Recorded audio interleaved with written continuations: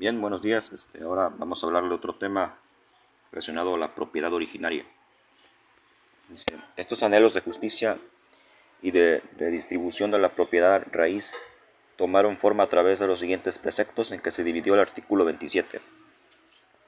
La propiedad de las tierras y aguas comprendidas dentro de los límites del territorio nacional corresponde originariamente a la nación, la cual ha tenido y tiene el derecho de transmitir el dominio de ellas a los particulares, constituyendo la propiedad privada.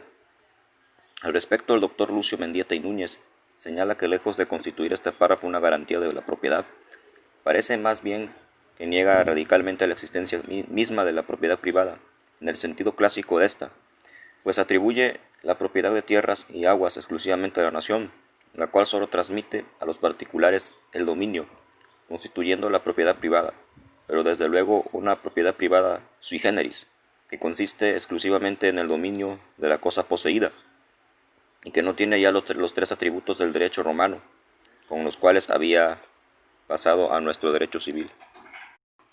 Bien, buscando en internet los atributos de la propiedad en derecho romano, nos dice que la primera, que esta era perpetua, no se extinguía por el no ejercicio ni tampoco llevaba implícita una causal de extinción específica. La propiedad era absoluta, ello se debía a que todas las potestades del titular no se encontraban limitadas o prohibidas de forma taxativa. En otras palabras, eran infinitas e indeterminadas. Y la tercera es que la propiedad era exclusiva,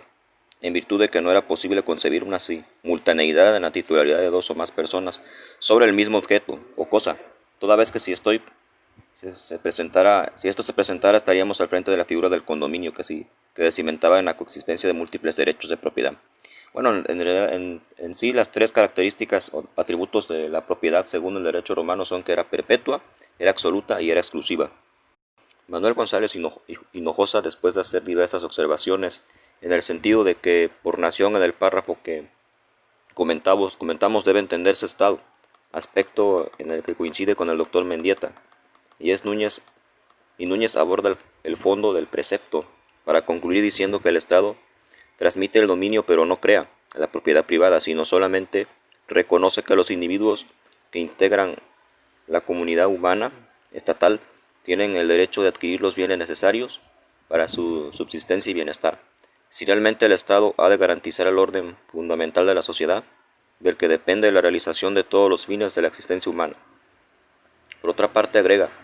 porque el mismo Estado no tiene potestad alguna por sí mismo, con independencia de la comunidad,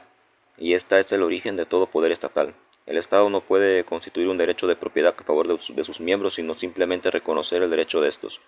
Por tal razón, la transmisión de la propiedad de las tierras, acto formal necesario para la mejor ordenación de los derechos de propiedad, no es un acto constitutivo de esta. Independientemente de ambas posturas sobre el primer párrafo del artículo 27 constitucional, es importante conocer que pretendieron establecer los constituyentes de 1917 al precisar que correspondía a la nación o al Estado primigeniamente el derecho de sobre las tierras y aguas territoriales, que una vez reconocido ese derecho tenía las facultades necesarias para transmitir el dominio de ellas a los particulares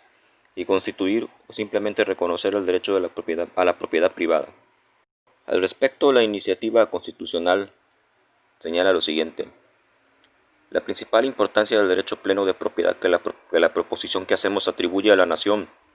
no está, sin embargo, en las ventajas ya anotadas, con ser tan grande, sino en que permitirá al gobierno de una vez por todas resolver con facilidad la parte más difícil de todas las cuestiones de propiedad, que entraña el problema agrario, y que consiste en fraccionar los latifundios sin perjuicio de los latifundistas. En efecto, la nación, reservándose sobre todas las propiedades el dominio supremo,